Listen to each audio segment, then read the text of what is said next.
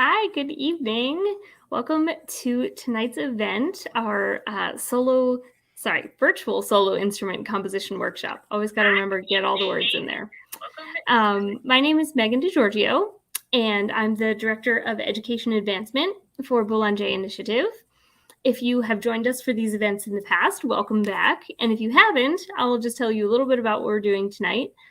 So basically, we have 3 compositions that were written by young women composers between ages 13 and 18 approximately, and they're all for solo cello, about a minute in length. And so we are going to get to meet all of those composers. We're going to get to hear their pieces, and then they will get workshopped by our wonderful composer mentor Inti and our fabulous performer Christine. And then we'll get to have some conversations, and it'll be just very lovely. This event takes place as a part of the Elizabeth Henriksen Mentorship Program, which has been going on for approximately the last 6 months or so. It's just wrapping up towards the end of the year here. You can learn more about it at the link that is on the screen if you like. And you didn't come here to hear me talk, so I will just turn it over to our wonderful composers and performer. So our first student composer who we're going to hear from is Danning. So we can bring her on stage. All right, and go ahead, and if you want to tell our audience a little bit about your piece, you can go ahead and do that, and then we will hear it. So I'll let you take it away. Hello, I'm Danning, and my piece is the Giga in B minor. Thanks so much, Danning. It's great to see you. And thanks so much for submitting the piece. Also, hi, Christine. Great to see you. Hi, nice to see you guys. Totally. Yeah. Oh, beautiful. We can see. Oh, great. You can see the music. Excellent. Okay. Is there? Do you want me to just play? Yeah. So I mean, Yeah. the last time that we did this, I know that we kind of went through kind of, playing the score once, like an initial interpretation, and then started looking at a couple like specific things, and kind of especially because, kind of invoking Baroque music, kind of some performance practice stuff between maybe a romantic interpretation and a more kind of historically informed one. Anyway, so that's all to say, yes, please feel free to play, and then let's chat.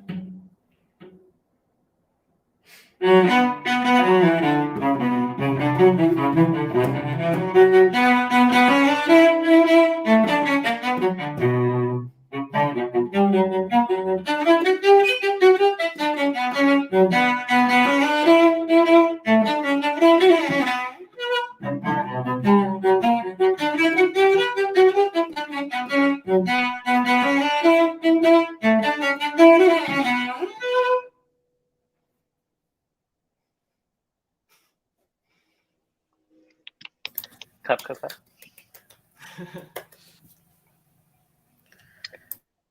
How was that, Danny? Good. Beautiful.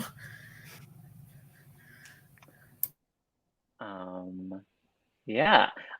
So yeah, I mean, I know that you had chatted about the piece last time, but could you tell us about kind of writing this piece and what you were thinking about? And yeah, please.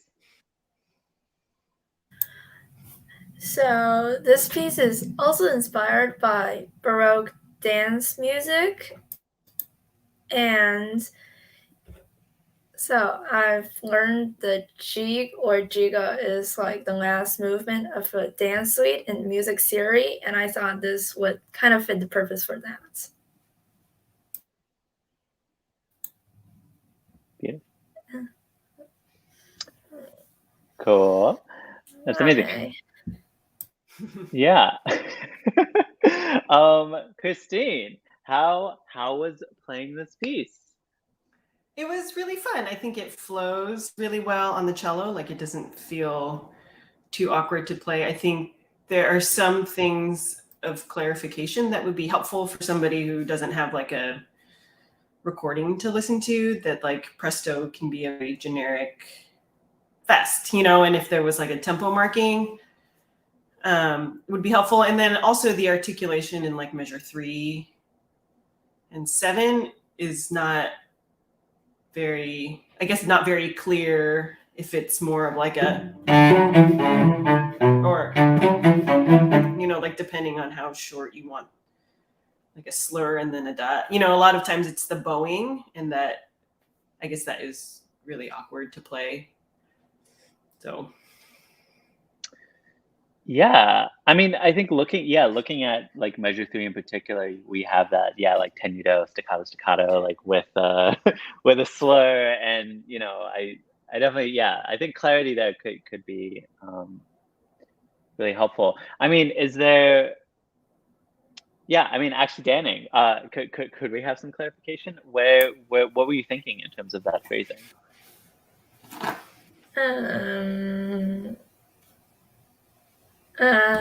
Don't think I'm really sure about that. Okay. Could we try it a couple times and see if there's kind of a I don't know, like a preferred method, and then we can maybe talk about how that might be notated. Okay, that'd be great. So I'm going to start from the beginning, and then I'm going to slur the first 2 and then play a separate for the third 8th note. So we'll try that one and then see how it feels. Is the tempo, is that too fast? It feels slightly frantic a little bit later, but so maybe I might take it just slightly slower.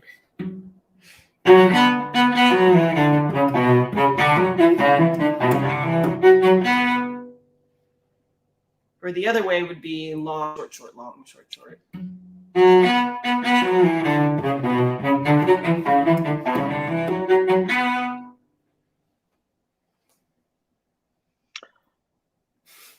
Yeah. I mean, I think both sound really, really nice. Danning, did you have a feeling one way or the other? I thought the same. Both were beautiful. Okay, so maybe a degree of flexibility in terms of how that might be interpreted, or like how you might want it to be articulated. Yes.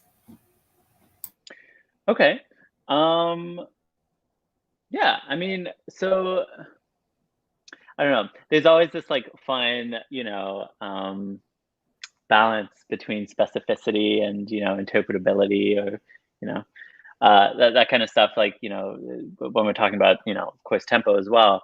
I'm trying to think. Is there kind of an easy solution, Christine, to looking at this? Like it feels like the kind of like short articulations really kind of give it some of that, you know, like danciness, I guess.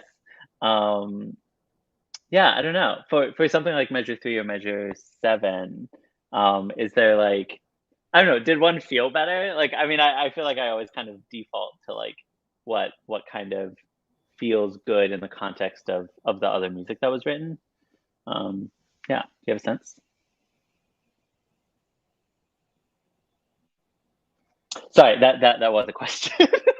I was just asking Christine whether you had a sense between either two, whether in terms of like either preference or like how that was feeling to you playing. For me, the way that lies better is for it to be. So you slur the first 2. Mm-hmm. But after asking a couple people about the articulation, the overwhelming consensus was that it should be long, short, short. So I changed it. But for me, and like my natural, like as I read through this, it would be, yeah.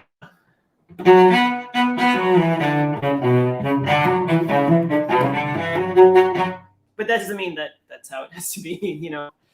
So. Yeah, no, I mean, I hear you, but I do think it's helpful to hear kind of, where a kind of first interpretation maybe took you. And yeah, I mean, Danning, if that feels helpful, I mean, I think it could be good to think about that phrase as like two notes slowed together and then a short note, if that's like the kind of like phrasing that you want for that. But I think looking at it now, how it's written now, it does kind of call into question two different possibilities for that interpretation. So maybe figuring out which one could make it so that when the next cellist who plays this looks at it, they feel really kind of confident about what they're doing. Yeah, I'm trying to think.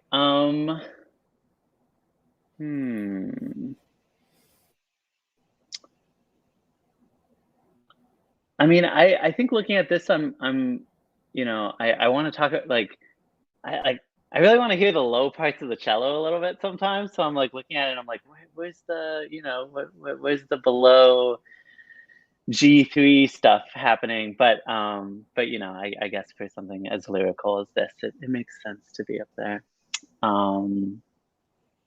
Yeah. Danny, do you have any other thoughts on hearing your piece, on kind of how it kind of changed between writing it and hearing it? Like it, did any of that did anything surprise you or anything?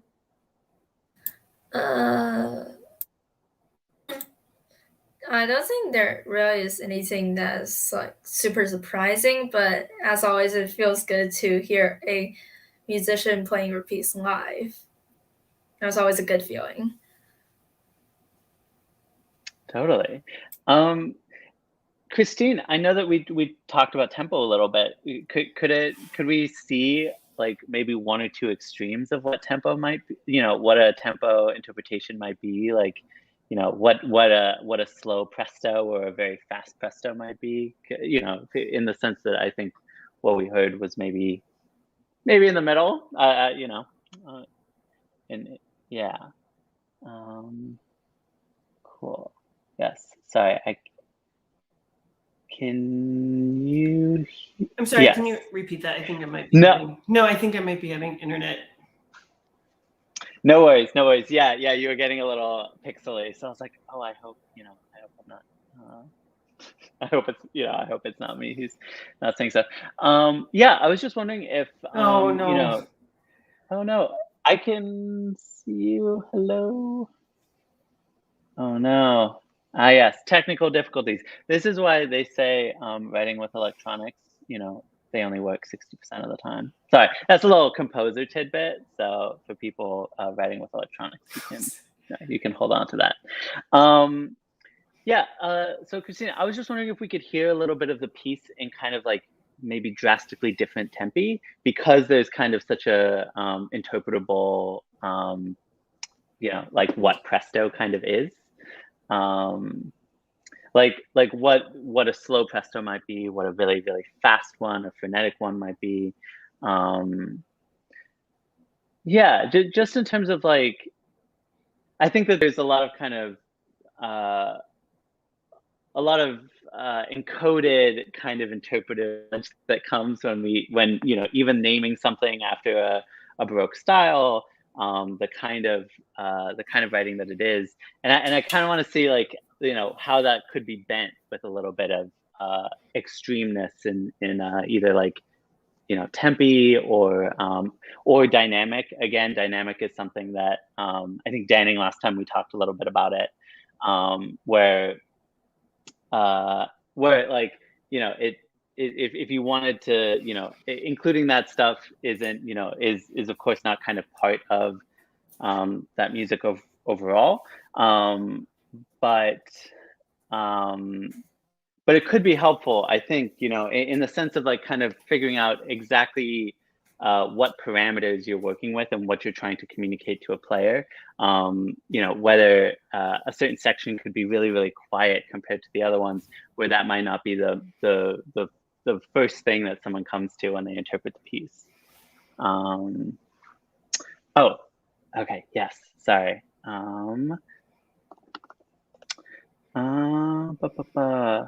Yeah, okay. Think what else?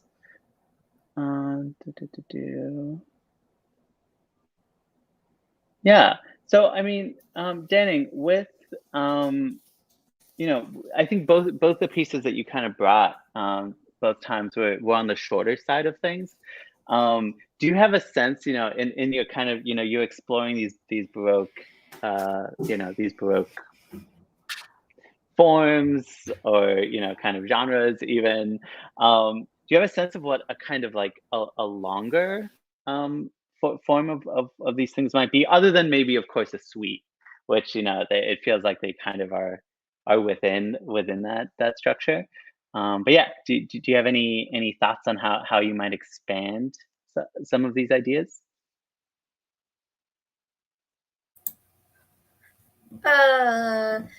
Not really, because most of the time when I write this kind of pieces, I just use binary form, and considering the only longer form, which is Sonata Allegro I've wrote, is another piece, like a completely separate one. So I'm not that familiar with longer musical forms, but I like to hear ideas. Totally. I mean, do you when you're writing, do you begin with form? I mean, I guess you kind of answered that a little bit in the sense that you're saying that you're writing in these forms, but is that kind of like you're like, I want to write a binary form, jig or giga or whatever. Is there, yeah, like I guess I'm just inquiring into process a little bit of just like how you kind of create the music that you're showing us.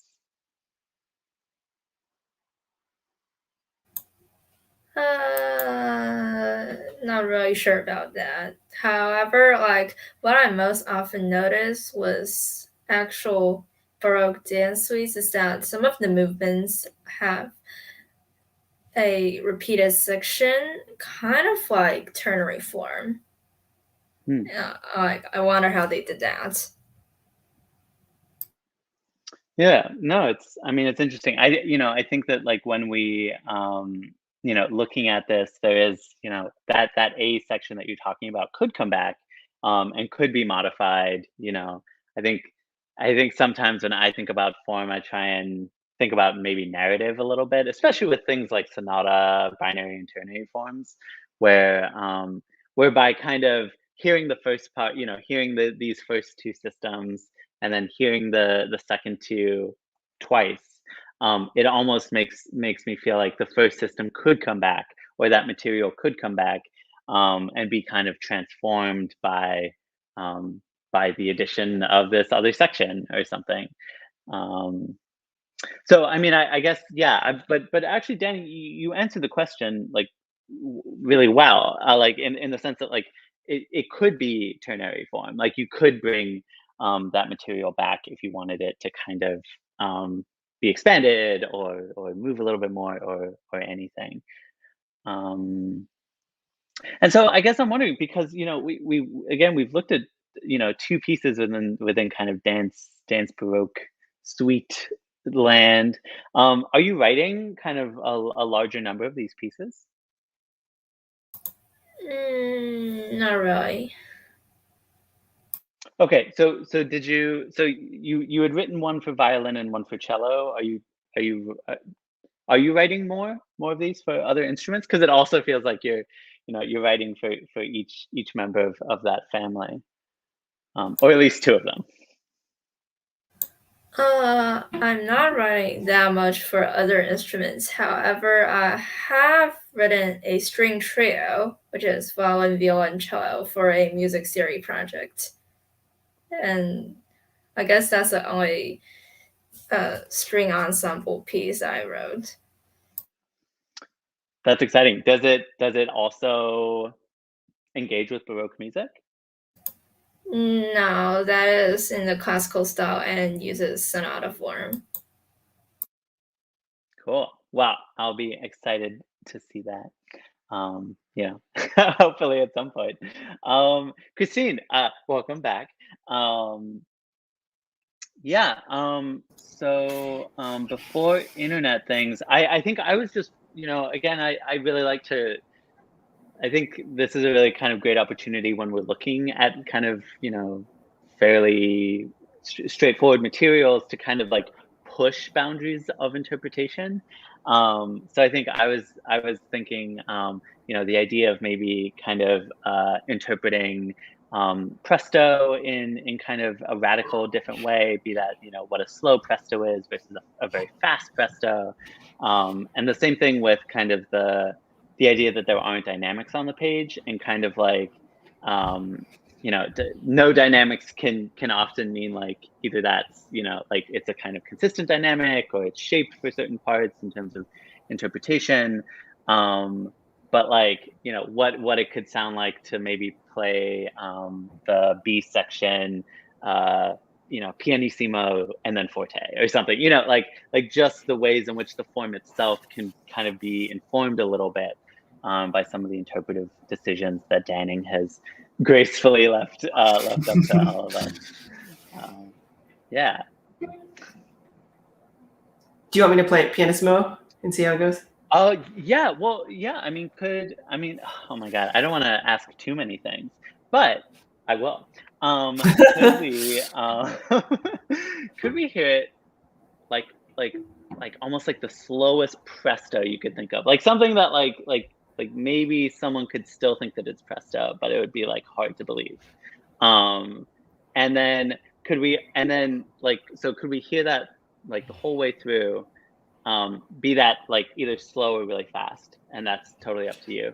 And then I think for the second part, could we hear the first repeat really, really quietly, and then it maybe come back to the dynamic of the first section again on the second repeat? Yes. Sorry. I'm trying to wrap my mind around it. Okay.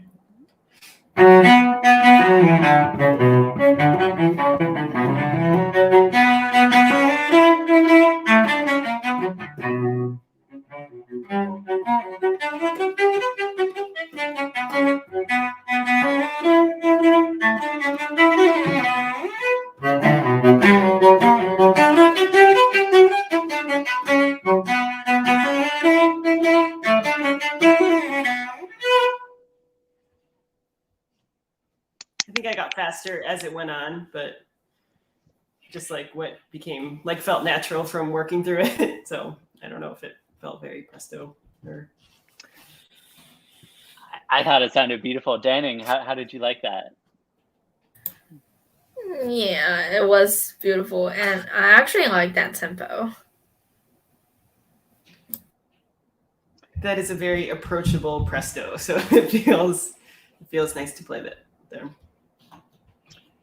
Yeah, I'll say I think that the dynamic thing really caught me. I was just like, oh, we've gone quiet, we've gone loud. You know, I think that so I mean, I think Danning, like there is kind of there is a lot of space in what you've made to kind of give senses of how things like repeats might be taken, or you know how tempo might fluctuate a little bit. I also think, Christine, when you were talking about getting a little faster, I think that's also a result of some of that dynamic, you know, that dynamic shift. And that's also something that you can kind of touch, Danning, when you ask for something like a really quiet first repeat and then a really loud second repeat. Is that I think like sometimes when we look at scores, we think of parameters as like, I don't know, like separate categories or something. And I think that they're often like so intertwined and within kind of and interacting with one another, that like, you know, I think if you decided to add something like a you know, a dynamic instruction, it wouldn't necessarily like it could just be that little thing that you put on top that affects everything else that's been written, versus like the idea that you have to like so overnotate the thing that you're giving a million instructions. And I think that that's kind of a little bit of that that balance, that back and forth, that push and pull a little bit between ambiguity specificity in terms of like how it works with interpreting. Christine, I've been talking so much. Do you have any other any thoughts kind of playing through this and yeah, playing it in different ways? For me, it's just interesting to like speak with the composer about it. You know, I feel like, and like coming from a classical background, it's so much of it is notated and analyzed. Like, well, this says mezzo piano, and what does that mean? But is it really more like a mezzo forte? There's like a lot of stuff like that that makes it seem like I expect a lot. Like I don't want to assume anything that's written, you know. So it's fun and different to be able to be like, well, I think it sounds better this way. So since there is the room for interpretation, it's nice to be like, well, this feels better for me, which might feel different for somebody else, you know. So it's a different kind of experience, a musical experience that I'm not that familiar with. That's super cool to hear. I agree. I think it's such a pleasure and privilege to have you here, Danny, and to be able to kind of talk through this. And thank you so much for submitting the piece. Yeah, I mean, I guess I'm looking at the second part and I see that it's, above the staff, and there's a lot of opinions on above the staff. And so I guess I'm looking at this and I'm like, oh, this can totally all be in bass clef the entire time. But I know that if it stayed up there or it kept getting higher or anything, is there kind of a point, do you think, Christine, where you would prefer to see another clef? Like if it was staying up near that, near that last note, for example? If it did get higher than that B, I would want there to be more in tenor clef, but like in measure 10, that's like a nice switch. So that was not difficult to read. But if it got lower than the F sharp, then maybe switching back to bass clef was also very easy to read. I don't mind the clef switching, but some people might have different preferences. Totally. Yeah. I mean, it's weird too, because we read all three clefs as opposed to like some instruments that just do two. And so as long as it's not like the Dvorak where you write it above in treble clef, but it's actually the octave lower, it's really confusing.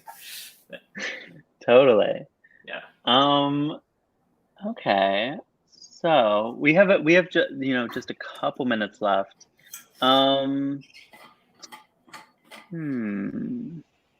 Sorry, I'm just scanning through the score for a minute. Because I think for me always when I think when we were talking about kind of this like encoded or like almost like neutral information that we have when we start to look at a score, part of me looks at this and I'm like, oh, notes the entire time, the same timbre of the notes or the same color or something. And I know that we chatted a little bit, Danny, last time about like what it would mean, to feel like a section was either, quite light and flautando and soltasto versus maybe heavier and ponticello or something. And also, Christina, I don't remember if we talked about this, but I believe, Danning, you're a pianist. Okay, cool. Yeah. So also I know that like that's some kind of information that is like, isn't always immediately obvious when kind of writing for a non tempered instrument, or what's the word? Yeah, a non-tempered instrument. So I mean, if we could do one last thing, Christine. Could we hear just like, I don't want to keep asking you to play the same thing, but I kind of want to hear like what it would sound like if your bow was traveling throughout either some of the phrases or a couple of the sections. And I mean traveling in terms of like where the placement is happening, between kind of a little bit above the fingerboard and kind of really, really near the bridge. Just because, again, it gets a little like bit up it like this way as opposed to like at the tip of the bow. Or you mean like fingerboard? Oh, no, sorry, not the bow, just like literally the the placement of the bow, either like above the bridge and like really light and fast for something like flautando and soltasto together, and then maybe like you know, a slightly heavier, longer bow for like nearer to the bridge. I don't know. I'm just like because they're kind of they're elements of a toolbox of a kind of, you know, string writing in the 21st century kind of thing. And I'm kind of like, all right, like, you know, what does it sound like if we get outside of, or we just we tip a toe into the water of like less bel canto-y or something. Right. Yeah. Is that would that sound good? And then maybe we can end with that, because it, you know, and feel free to like, you know, like I don't know what the word is. You know, like make it a little ugly. I don't know. Maybe that's Oh not no! a little crunchy, little something. Do you want it you want it crunchier versus more flotando? No, I think both can exist. So I'm just kind of asking for the bow to travel a bit as you're playing. Okay. Yeah. Okay. I'm not used to like being asked my input, so this is just trying to like. Totally. Yeah. Sorry. That's literally like right my now. entire thing, I guess. Yeah. Please.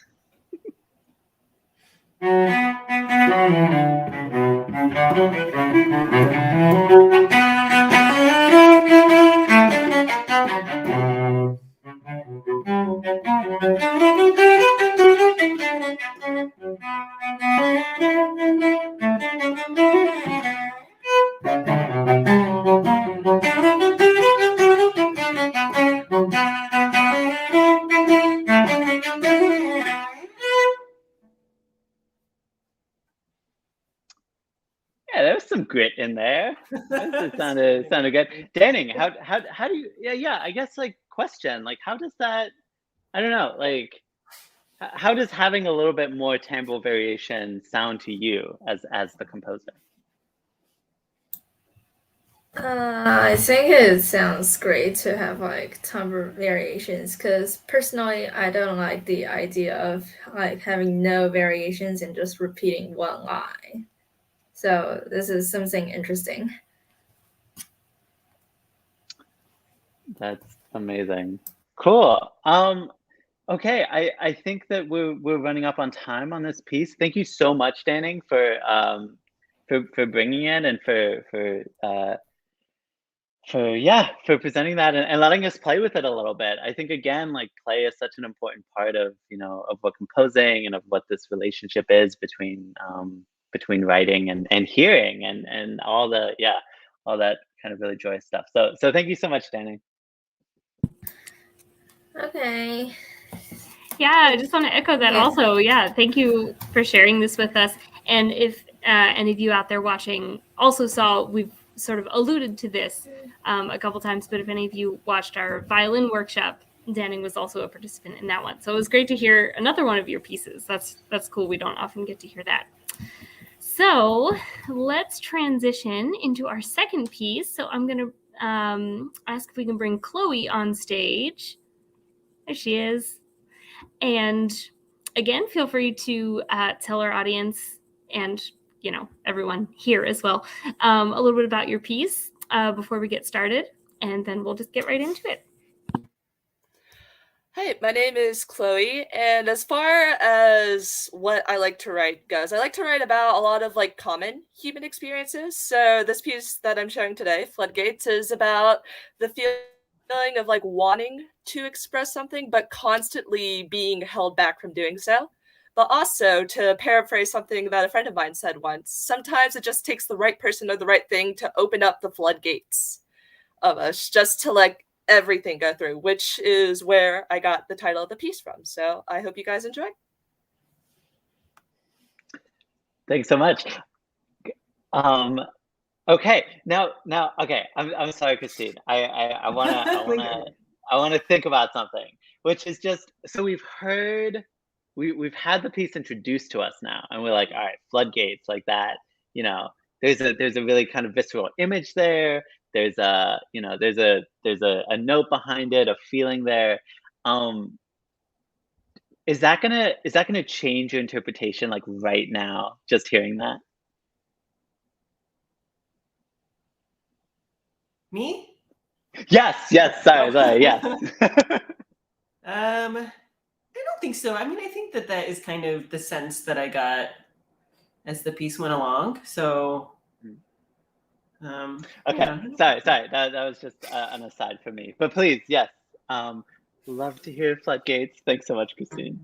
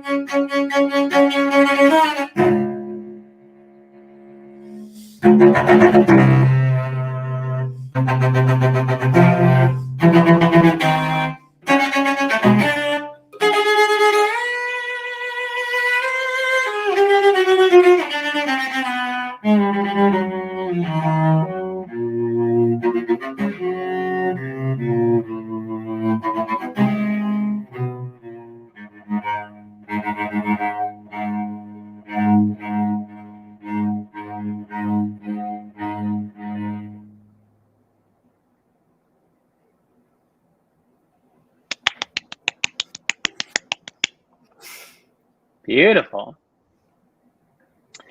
All right, as you can probably tell by now, I am like just full of questions most of the time. So Chloe, thank you so much for introducing your piece and hearing it and everything. Yeah, I want to say first impressions, but also I have other questions. But yeah, any first impressions hearing it? Well, first of all, it was played beautifully. So thank you for that. And I think I incorporated just like the accelerando and the retardando just to like give the liberty of just like giving more time just to make it feel like it was like more of like human thought. So I thought that was pulled off really well as well. Cool. Yeah. So I mean, I think I have technical questions, I have notational questions, but I think one big question I have is just kind of the relationship with repetition that we're hearing in this, because I think when I hear floodgates, I think of I think the kind of the measured tremolo at the beginning, or unmeasured, like to me it's like very floodgatey, and then I'm like, oh, okay, but then there's this like accelerating thing, so like so I guess just like wondering a little bit between the image and the kind of inherent chaos of like what water flowing through something is, to a kind of measure of control and very tight pacing of those phrases that you kind of provided. And yeah, like just like any of the relationship between that programmatic or like thematic thought and the kind of material that you brought into the piece. So when it came to incorporating more rhythmic structures versus like structures where the time was flexible, I wanted to incorporate like a certain like variety in it, because like I didn't want to keep it like as like steady per se. So that's what I tried to portray with those markings. Cool. Yeah, I mean, I always really enjoy these workshops because it always feels like the pieces that we see like feel like they touch each other in like how they how, either like what they're thinking about or like how they are engaging with certain kinds of things, whatever. Sorry, that's a very vague thing to say, but I will clarify it by saying, Christine, I was wondering if from maybe like measure 4 to maybe the end of measure 10 or something. I don't want to say that, but just I guess I was wondering what it might sound like if your kind of acceleration was very great, like it was a very kind of pure gradation for you between like slow and fast, not looking at the rhythm, but being like, I need to be fast by that that E flat or something. Right. Sorry, the E flat in that triplet phrase at the end of the second system. So like, you know, because then that might feel like you can maybe start a little slower, and so there's like a you know, that there's a kind of, sorry, okay, there's the camera, that there's kind of a like you know, a gradation there that's less prescriptive, but is very kind of like bow is slow, it gets really, really fast, and maybe that can also touch a couple other things. But yeah, what's up? Oh. Well, I just feel like my question is that it does rhythmically just get faster with the triplets, like going from the 16 notes to the triplet 16 notes. That made it seem like, I don't know, that it was like a rhythmic accelerando instead of one that was written plus that. You know what I mean? It seems like it would be, that's like a double accelerando. Right. Yeah, right. I think that's kind of what I'm asking, is that there is kind of we're seeing it rhythmically accelerate, and we also have an acceleration indication. So I'm kind of wondering, like, more of a push. Yeah, more of a push, or like more like starting from a little bit less, so that when we get to maximum, there's you know, there's that feeling a little bit. Yeah. Does that, because I guess it could just mean that like 8th, 16th, 16th could be like we're just looking at that like, you know, just repeating a note like really, really like slow, and then it gets faster, and that could mean like, again, like a light bow or something, you know, where it's like I guess like when I think about an accelerating phrase, I'm like, okay, if the like instead of shortening the bow, just making the like arm shake and then getting to the bow a little bit. Does that make any sense? You're welcome to I would have to think about it a little bit. But yeah, I mean, I understand it, that like the movement from the arm like coming first. Yeah, yeah, and just that it's like, again, we're just hearing, like, we just aren't, like, maybe we aren't hearing the bar line and these specific notes, like, but we are just feeling the affect of slow repetition to really, really fast repetition. Just for like, again, those like repeated, like the repeated notes. And that does ask, it asks different things, I guess, from you. But I was just curious. And Chloe, does that sound okay to experiment with a little bit? Yeah, for sure. So like for measure 4, it'd be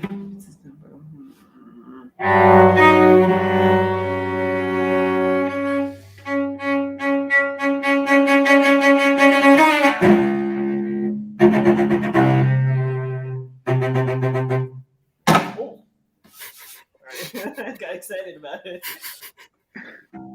Something like that, like it would be very. Yeah.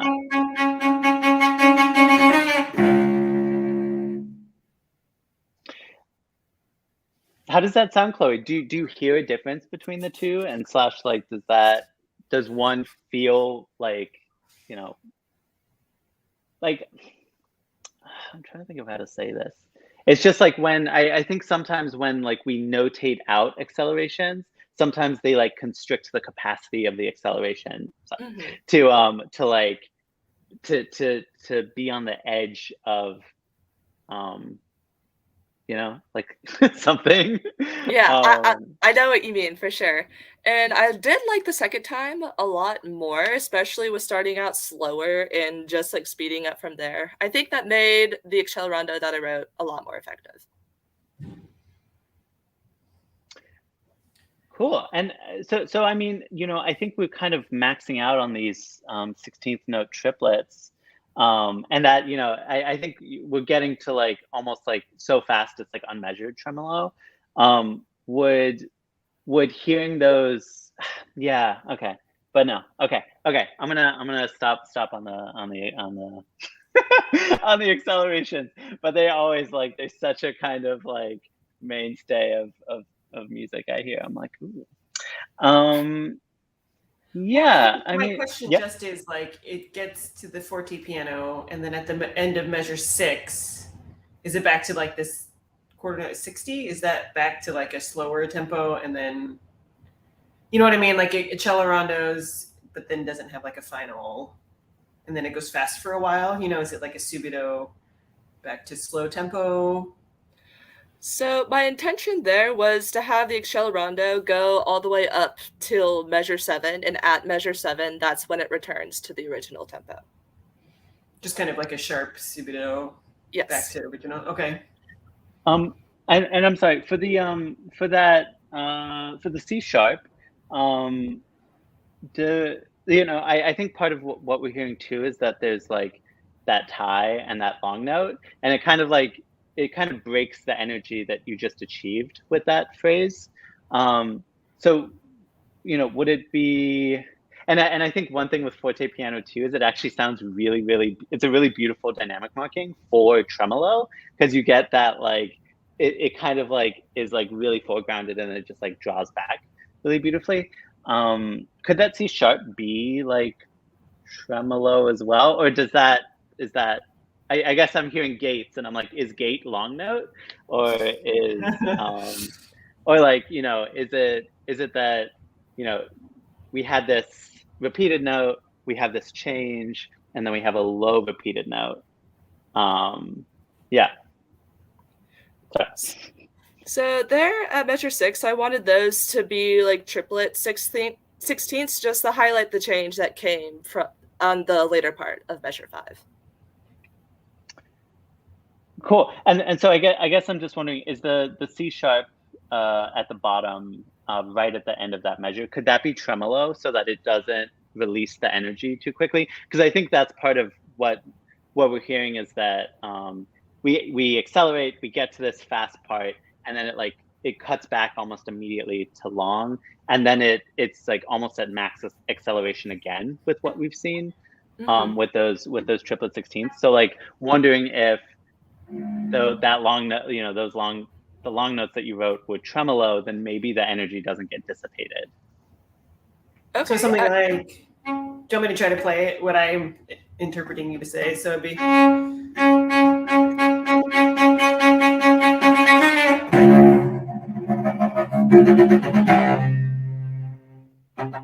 Something like that. I get that, yeah. Yeah, and I do like hearing that a lot better, just like from what you were saying, Inti.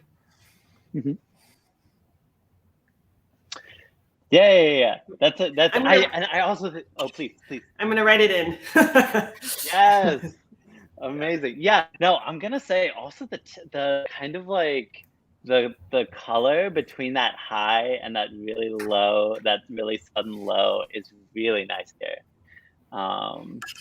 Yeah, because I think I don't know. I don't need to keep justifying it, but it sounds really, really good. So thanks for letting us explore that, Chloe.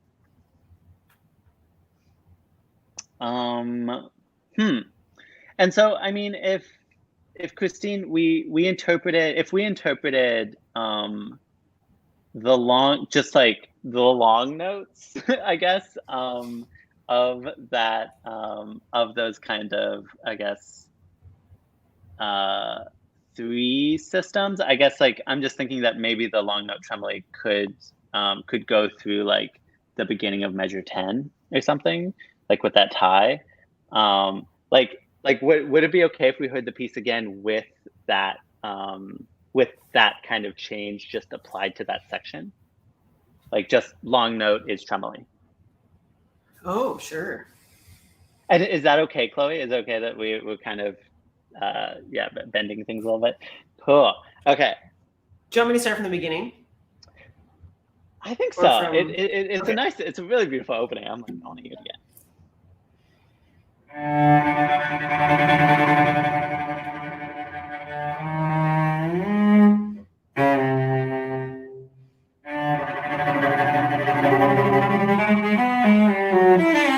No, sorry.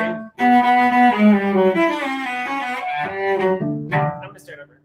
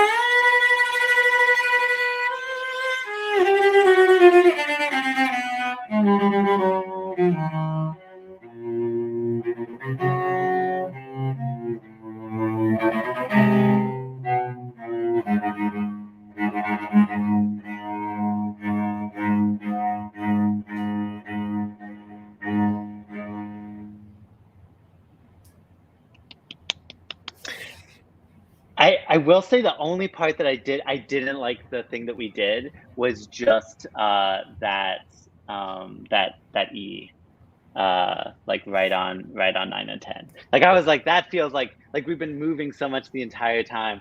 That can be our like static, like like you know, that can Right. be the kind of like no, we're not moving anymore, and then okay, fine, we can move a little bit more, right?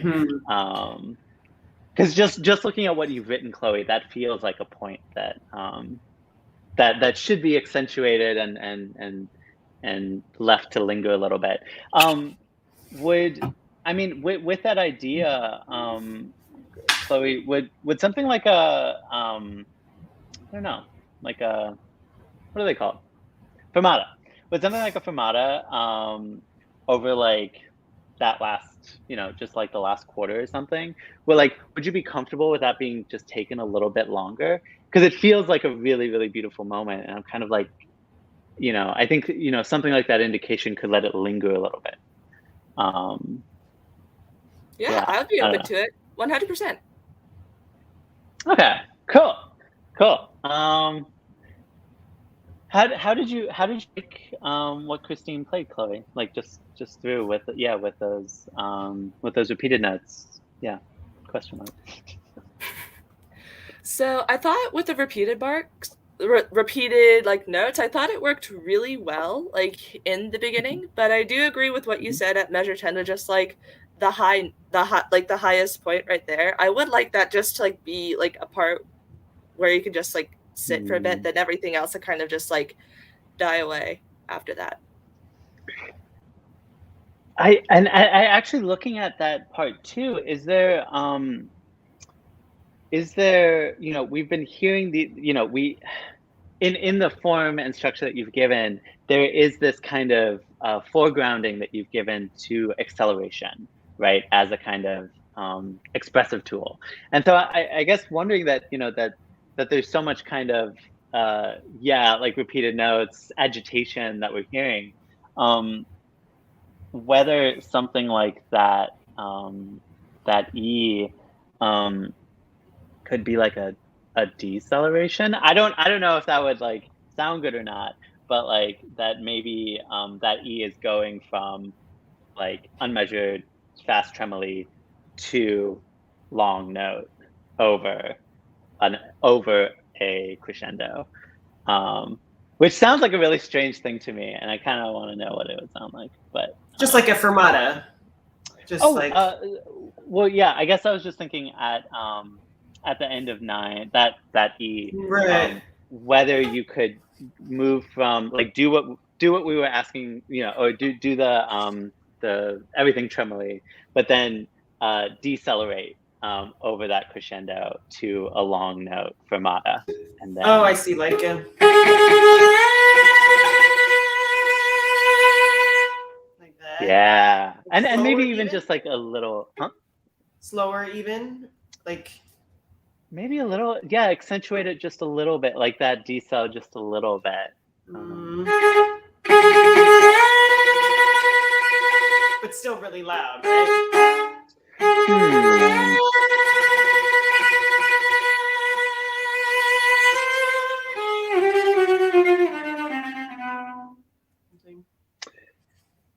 That seems less natural to me. I'm wondering, yeah, it's true. I'm just, because I think that there's something with the energy, like it almost feels like we're touching energy in this piece as much as like, harmony and all that other stuff. And I'm kind of like, where is the flow of energy towards that kind of high note going, and how does that high note want how does it want to be? Where like, does it want to be like interruptive? Like, we've had all these, really kind of fast things, and then suddenly it's like da da da da da, and then like it's like, like we're frozen, or is it like that that we've gotten to this high note and we're there, and then like we're kind of fading, and then as we're getting longer, we're getting louder, right? Like that maybe it's also like having to do with a little bit of bow pressure, where it can be really light bow pressure, and then it can, like long and light can go towards like heavy or something. Does that I know I'm looking at this E and I'm like, let's just imagine a lot of things about this one E.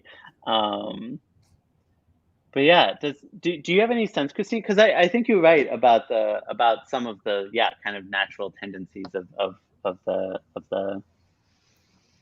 I mean, energy and where it wants to go. It's already so loud that I really feel like it's like an arrival point, that I feel like it can't be too long, because then it'll take away from like the arrival of it. Could we just start quieter, like right after that forte chord? Of course, yeah. Like I'm to play. Oh.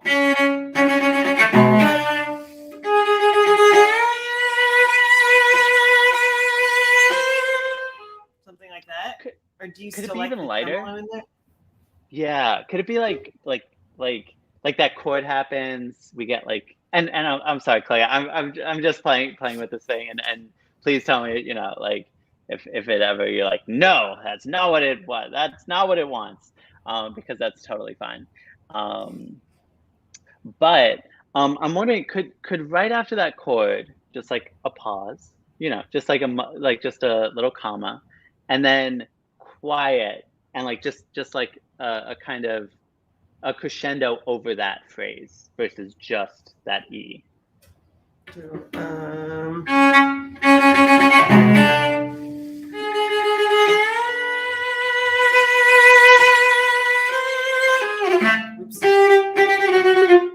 So like, but it's the same rhythmic length. Is there like also a fermata? You know what I mean? Like it just goes by faster than if it were to have a tremolo or not, or you know what I mean? So is that next note like beat 2 actually the arrival point? You know what I mean? Like totally. Yeah. No. I mean, Chloe, do you have any thoughts? So for that part in particular, like I know you've talked about just like sustaining that for a bit longer, but I wrote that part, and also like you mentioned before, just like the C as like the arrival point, and so I don't really have like any reasoning as to like why that note should be longer than it already is. This is like my perspective. I'm loving like what you're doing, just like the experimentation and all that. Heck yeah. No, I think that totally makes sense. Yeah, I mean, I'm like, yeah. Well, then I think that you're right. I think like 9 and 10 should just stay as it is, but and it gets back to that energy really, really quickly. I do like the idea of like the comma, like into measure 9. I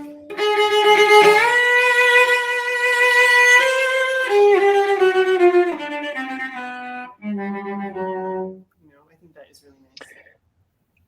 I was gonna actually ask that just about like, we have the kind of chords, right before the first big acceleration in measure 4 and in measure 9. Whether maybe just a little bit of the kind of phrasing that you're giving is just like a brief comma or pause between that, because I think like the little bit of space there actually accentuates the frame of the acceleration that you're asking for, in a really nice way. And then maybe that solves all of our problems, because I think for me, I was like, okay, we have this energy, and it feels like it wants to continue. But I think it is really wise that like actually sometimes to make the energy flow, you just actually need to put a little bit more space somewhere, in everything. Yeah, sorry. I'm just like so talkative. Do y'all have any other thoughts with this stuff? Big question. Nothing that is coming to my mind at the moment. Cool. Yeah, so I'm trying to think.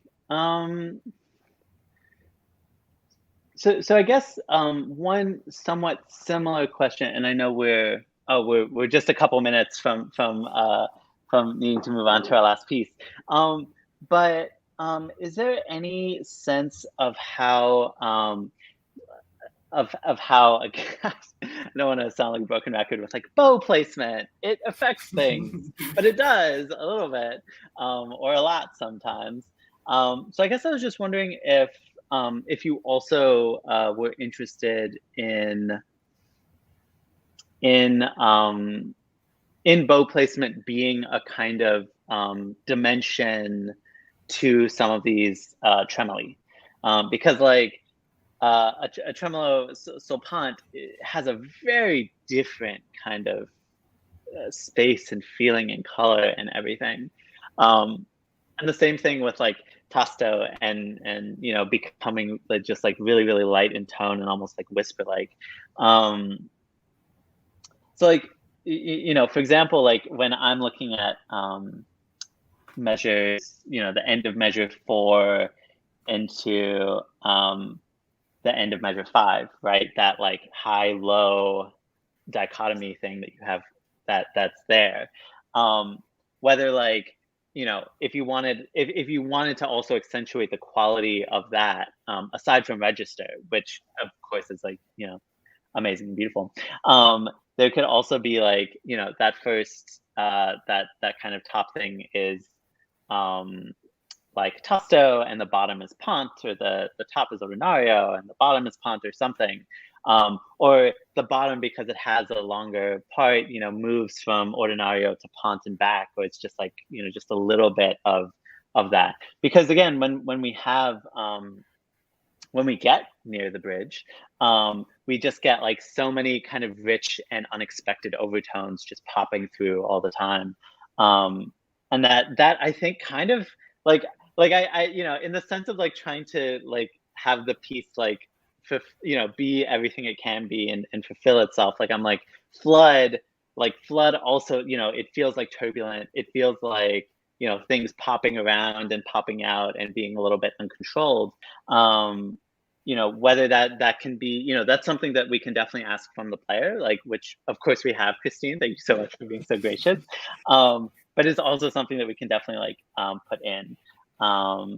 Oh my God. Okay. So I know we're like so close to being over, but Christine, could we just hear last thing, could we just hear that, that first acceleration in, at the end of measure 4 to that low C sharp, and shift from like not pont to very pont, and that can be as anything as you want. The whole time, the whole tremolo. Yeah, or like no, just like that high C sharp to that low C sharp. Like the high C sharp is tasto, the low C sharp is pont. So.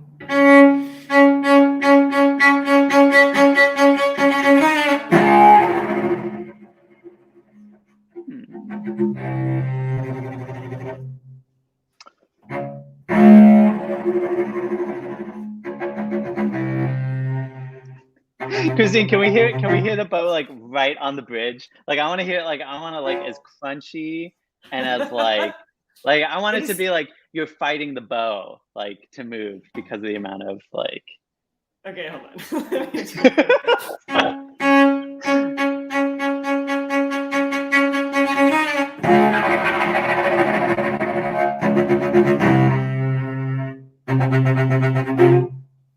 Yes. That's what we wanted. Yeah, no, that's Chloe, did you like crunchy? I did like that a lot. And like, bow placement isn't something that I thought about a lot when creating this piece, but I think thinking about bow placement could add a really like unique layer to this piece. So thank you for bringing that up, Inti. I appreciated that. Of course. Well, thank you so much, Chloe, and thank you for bringing your piece and letting us play so much with it. It was a real pleasure. Yeah, same here. It was great to hear the piece and also all the variations and stuff. I'm excited to see where this piece goes. All right, so we have one more for you. So I will invite our last composer, Mina, on stage. And I've been totally remiss in asking where everyone is from. We'll talk about it after, like at the end when we bring everybody back on stage. But Mina, since you're here, where are you physically at the moment? I'm currently in my dorm room at the University of Redlands in Redlands, California. Awesome. Yeah, so we're spread out. Very cool. Okay, so you can go ahead and, tell us a little bit about your piece if you like, and then we will hear it. Okay, so my piece is called A Semita in Umbra, which means a shadow's path, according to Google Translate. This was originally meant for a flute solo, but I decided to change it to cello because I feel like the warmth of the cello would better suit this piece. So I hope you guys on YouTube and Facebook like it. Beautiful. Thank you so much, Mina, and great to see you again. Mina was the Young Women Composers Camp. I believe it was this past summer, right? Yep. Yeah, and we got to work together there. So it's amazing to see you again, and I'm so excited to see what you've written. Yeah.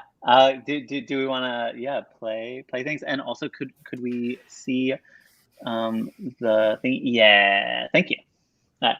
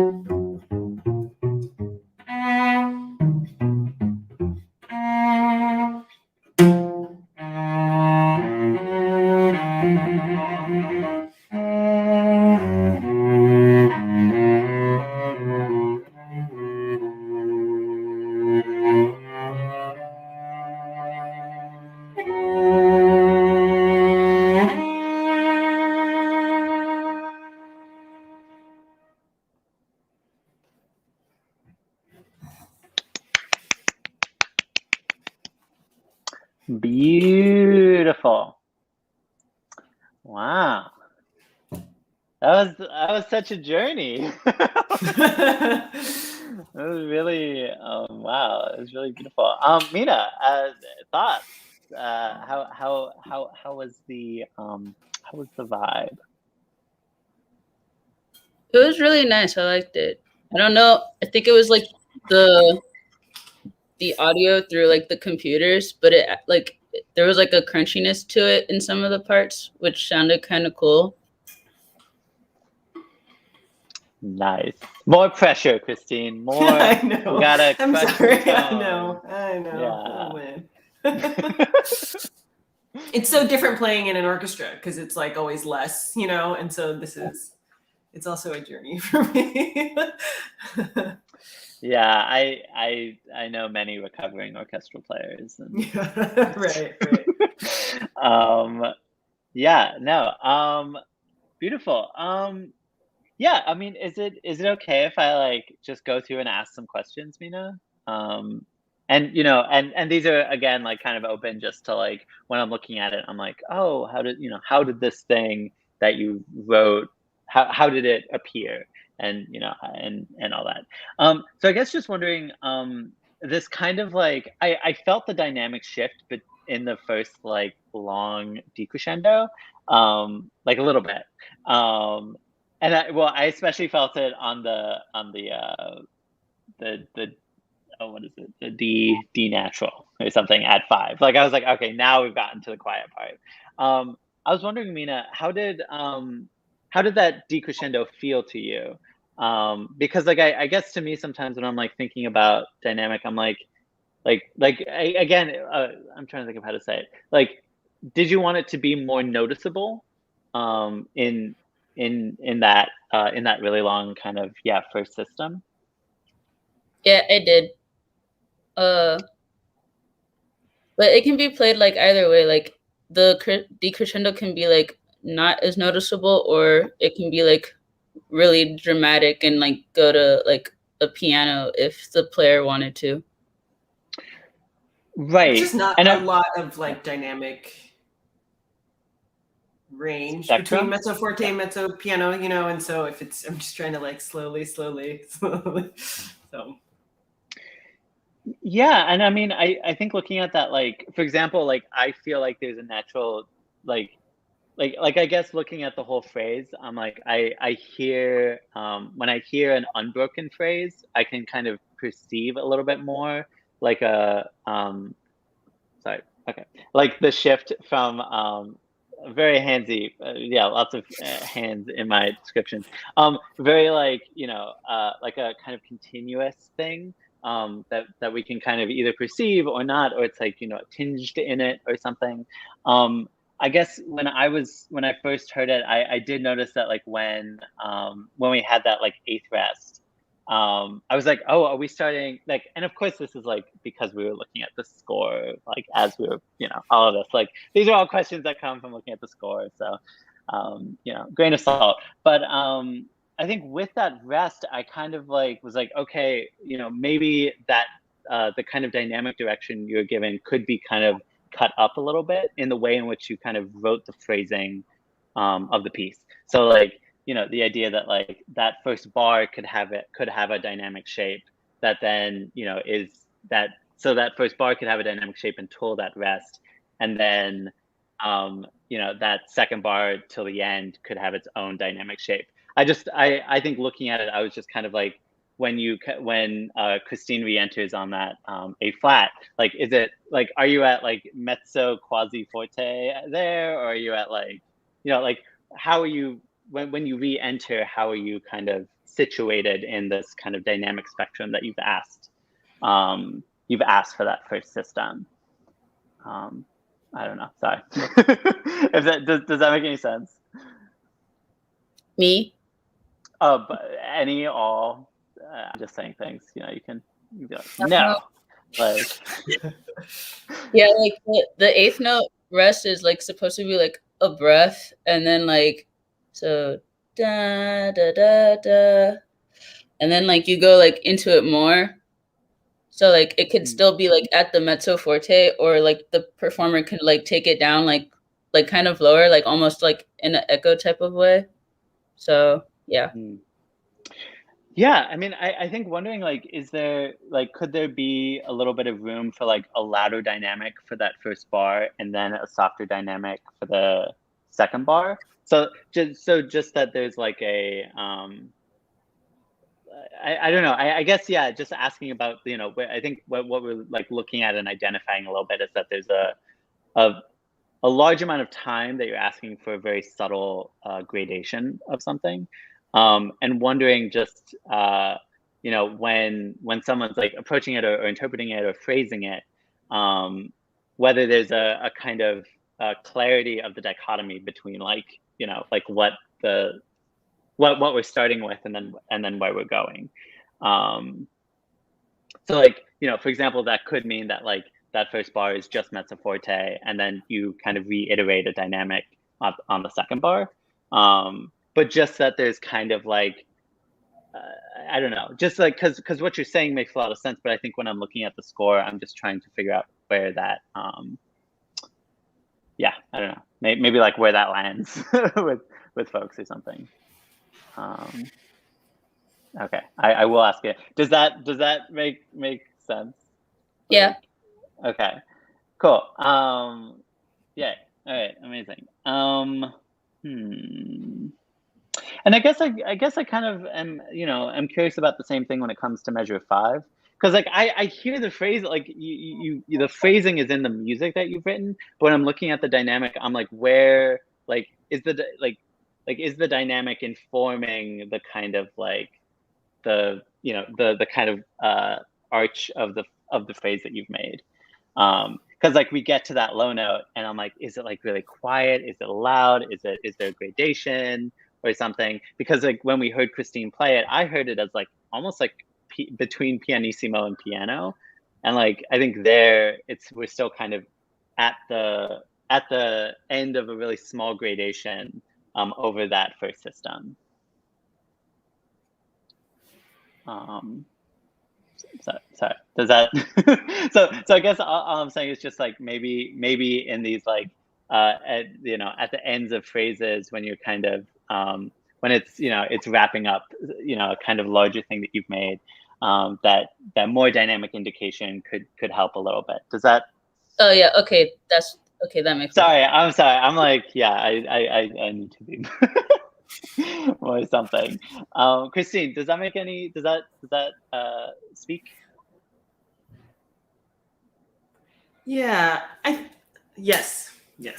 Okay, no, you don't have to. You definitely don't have to agree with me. You can be like, no, it's like totally there.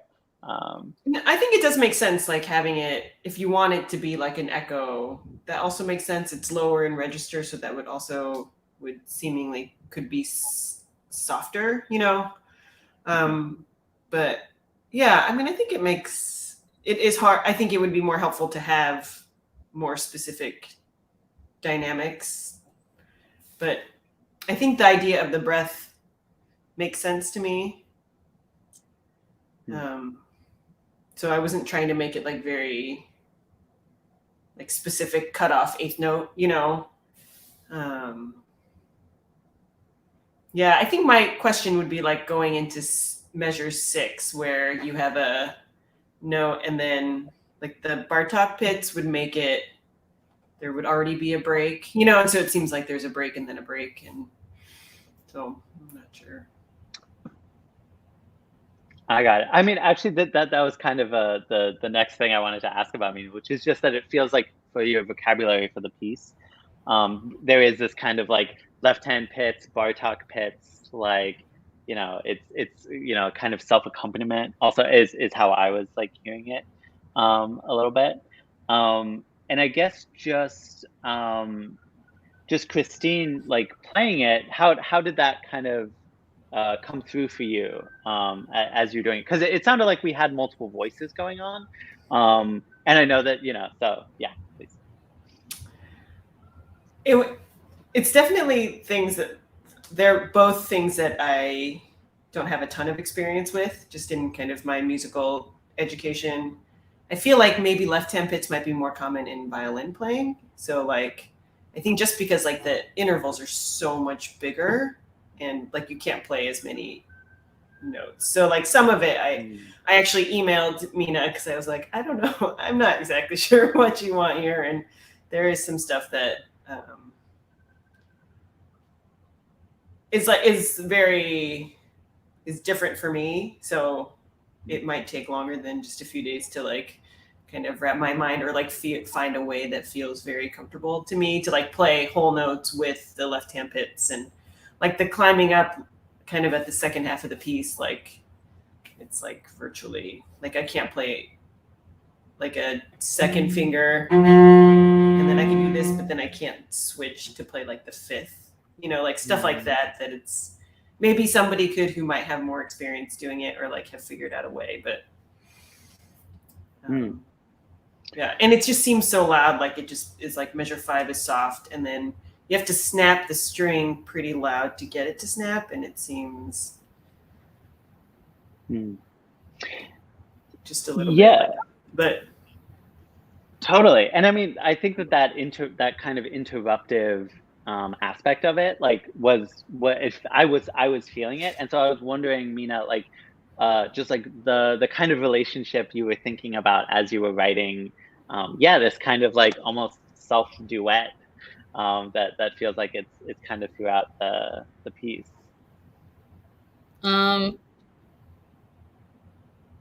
Sorry. So the question just being like, how are you thinking about that? How are you, like,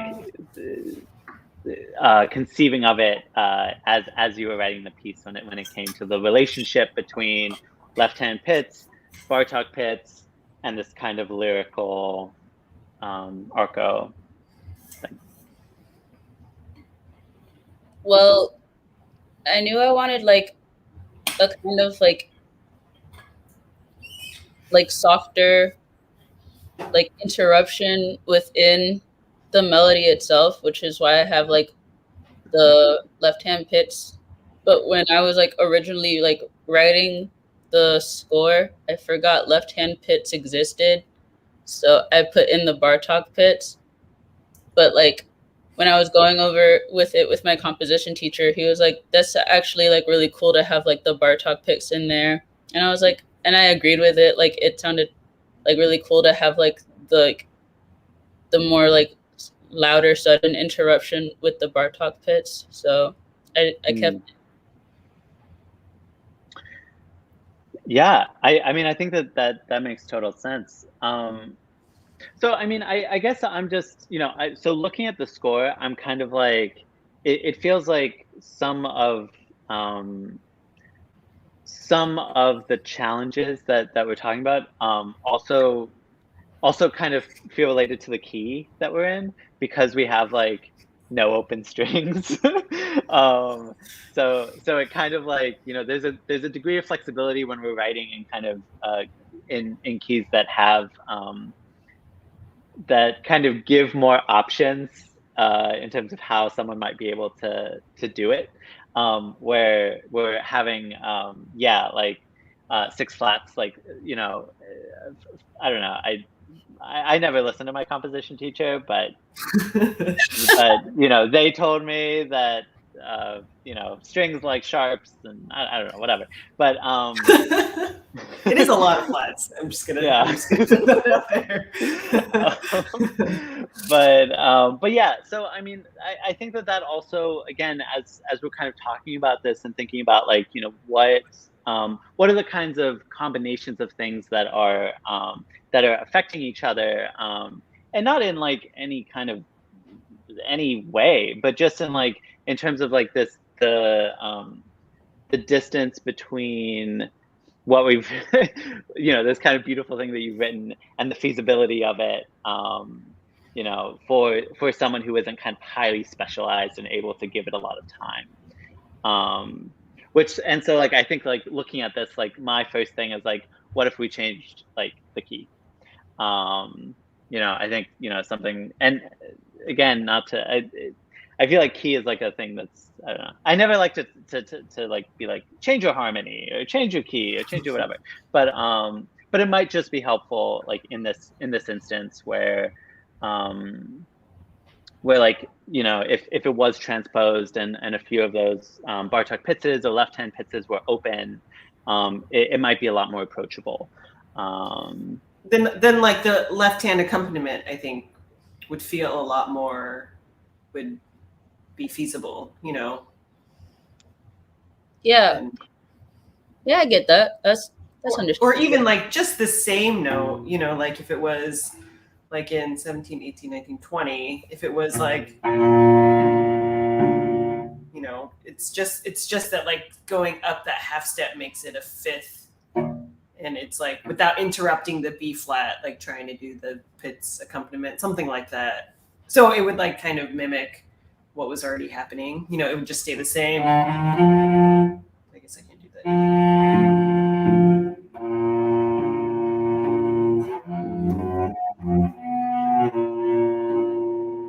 know, it would be the same kind of. You would still be able to continue that instead of breaking up the half note or the whole note. Yeah. Okay. Mina, do you have a string instrument? No, I do not own a string instrument. I played violin for like 3 years and then stopped. Do you still have that? No. Like your violin? Okay. I was gonna say, like, I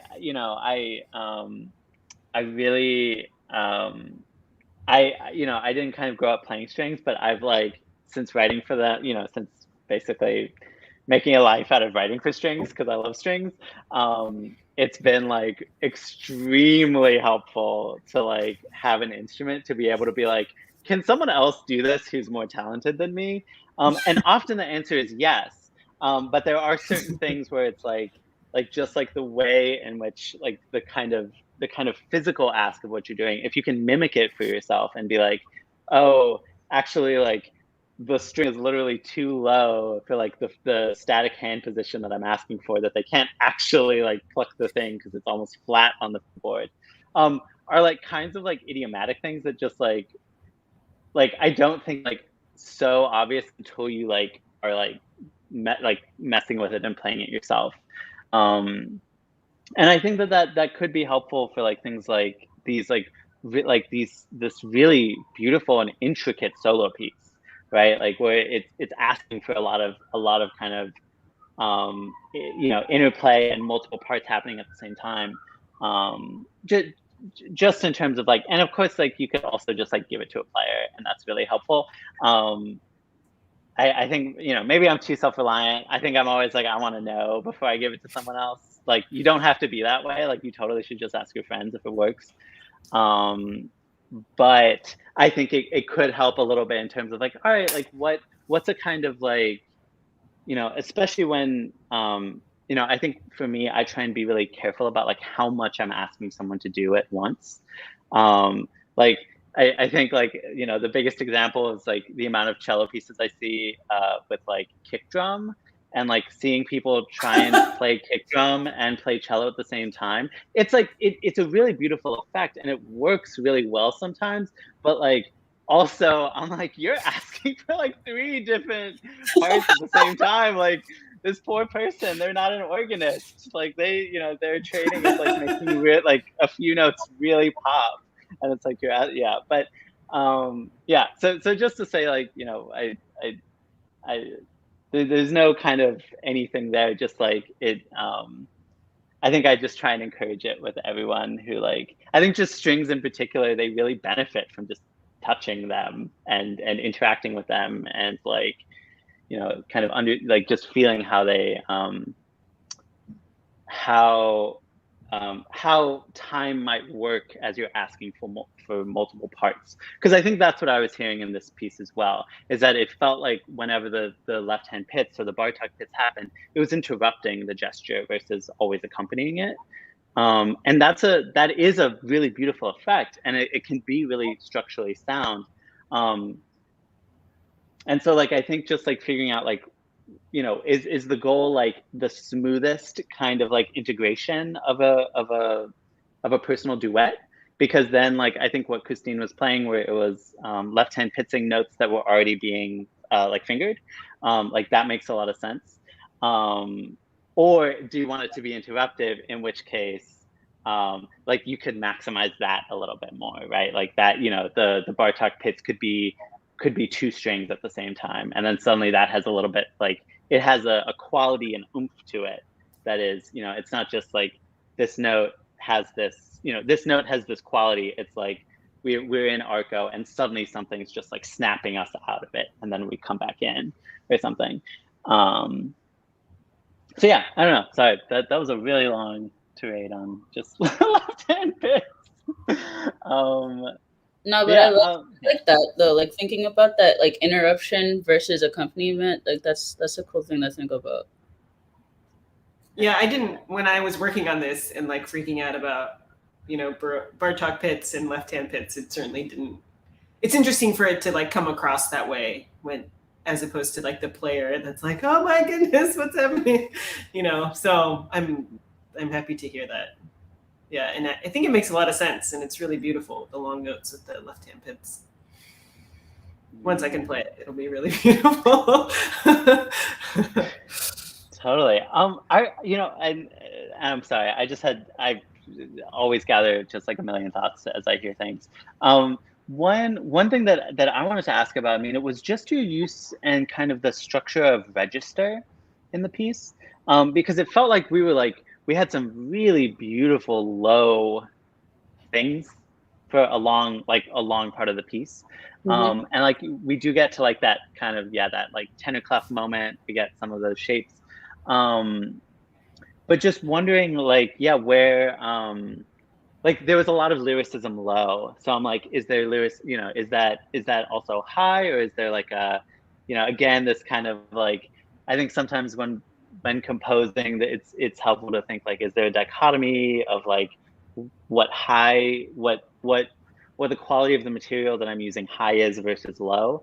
And so I was hearing so much kind of low lyricism. I was like, is there also your idea or relationship with like the upper registers of the cello or of this piece? Well, like when I think like shadows, I think like more lower register, I guess. So that's why this piece is mainly in the lower register. But it felt like if I had it like in the lower register all the time, like the piece would get kind of boring pretty quickly. So like there are some times where like I'll have like the cello go like into like a more middle register and do like a more like call and response type thing to what like was happening in the lower register, if that makes any sense. So yeah. No, it does. Yeah. Okay. So we only have a few minutes left, but could we explore your concept a little bit more? Because I think like it's a powerful thing in the composer's toolkit, especially like just I think shadow and chiaroscuro, like it has such a kind of rich like tradition even in classical music and in string playing, you know, like in a lot of kind of parts that are interacting in this. But I guess I was wondering, you know, because you have these like distinct vocabularies in the piece, and like to me, the creation of a shadow has certain distinct parts, be that a light source, an object, and a surface. Whether that kind of the relationship of all of that was part of how you were thinking about constructing the piece. Sorry. Okay. Question. Sorry. Okay. That's just it. The question being, is there like within the the kind of programmatic and visual and poetic context that you've made through your title, and I also want to ask about flute a little bit, but I don't know if we'll have time. But whether like the kind of like physical or like where you were kind of drawing shadow from, and like how you were kind of interacting with that other than register, of course, because again, you know, the physical manifestation of a shadow has certain kind of parts to it, and you know, shadow has kind of a lot of different connotations in culture, in the world, and in music, and classical music, and string playing, et cetera, et cetera. Yeah, the title like mainly came from like the register, and then also the like articulation like within the first 5 measures of the piece. Like it's all like slow and like very legato, and then also it takes up most of like the like lower register. So like that's like the main portion of where I got like the idea of the title from. So yeah. Mm. And I mean, I guess like you were talking about reflections in the middle register. Does that also feel like, you know, like like I'm sorry, I go so hard in the conceptual direction sometimes, but just like, is there also like, you know, like I feel like when we see parallel things, or we see things that are reflections or shadows of each other, like, you know, whether kind of like, I guess how interacting with those materials interacted with your concept. But you also maybe have touched that, so. Well, I guess if we're looking at it like in a more like non-musical way, I'm looking like basing it more off the title, like shadows can like get lighter, I guess, in a sense. Therefore, the texture of the piece and also like the register does like go higher or is lighter, like based off therefore like the like this staccato parts, I guess. So I guess that's what I would like try and say. Totally. And I mean, again, and sorry, so like I think like when we start to talk about this stuff, it actually opens up a lot of kind of like possibilities of, you know, how the material might change, how, oh my God, I'm going to talk about it again, timbre might change, you know, it's the thing, how bow pressure might affect things. Because again, you know, I think with this idea of gradation, of shadow, of object, of shades of shadow. I don't know. Sorry, not yeah.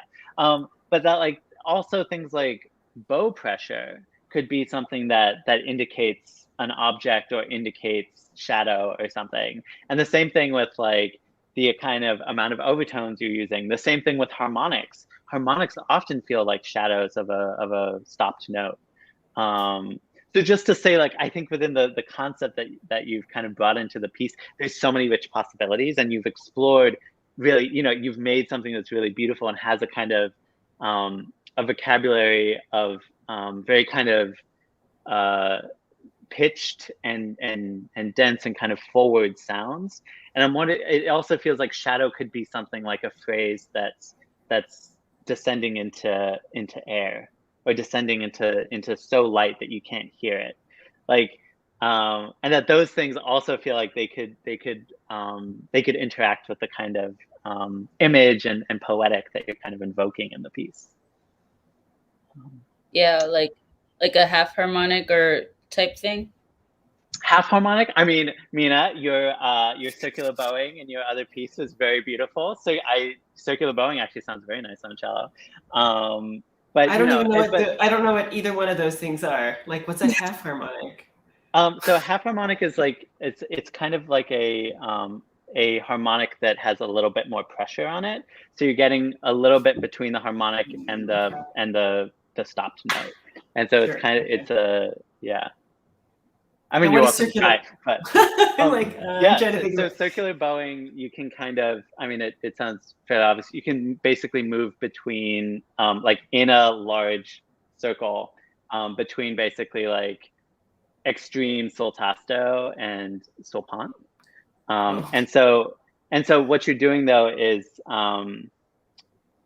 you're kind of like, you know, exciting the strings, and then like, as you kind of pass, I mean, it kind of edges on elliptical bowing, but as you pass your bow, as you like might naturally would across the strings, you'll get some sound.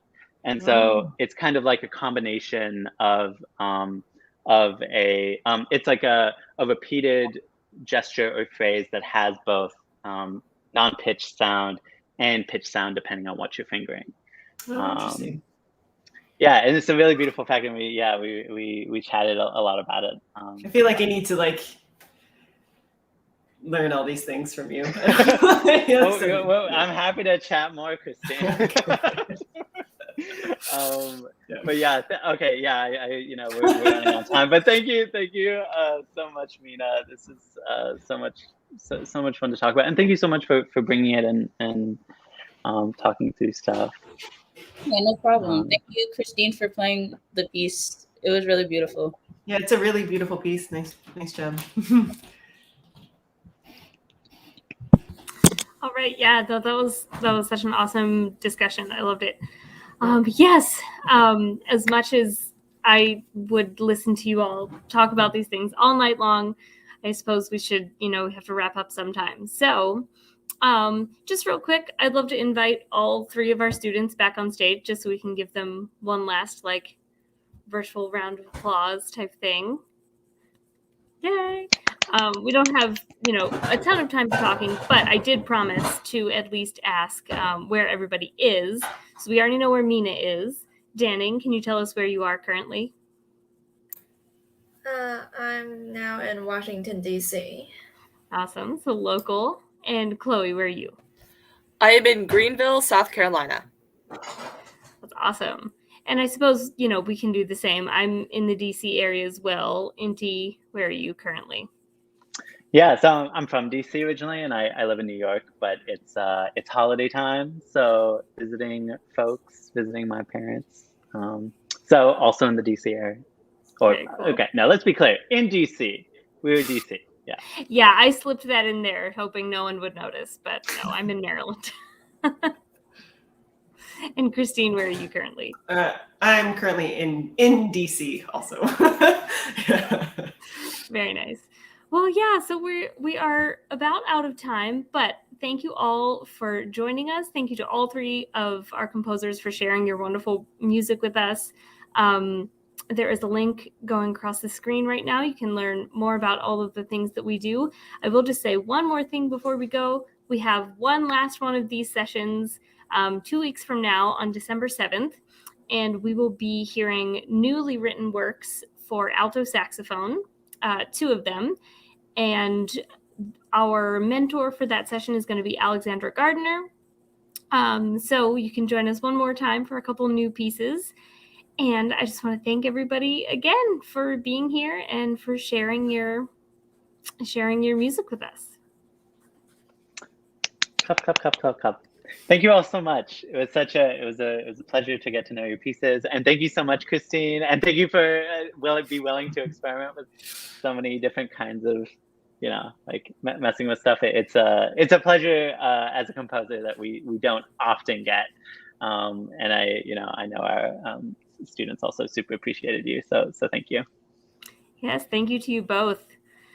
All right, so I think that will be it for the evening. Thanks for joining us, and we'll see you next time.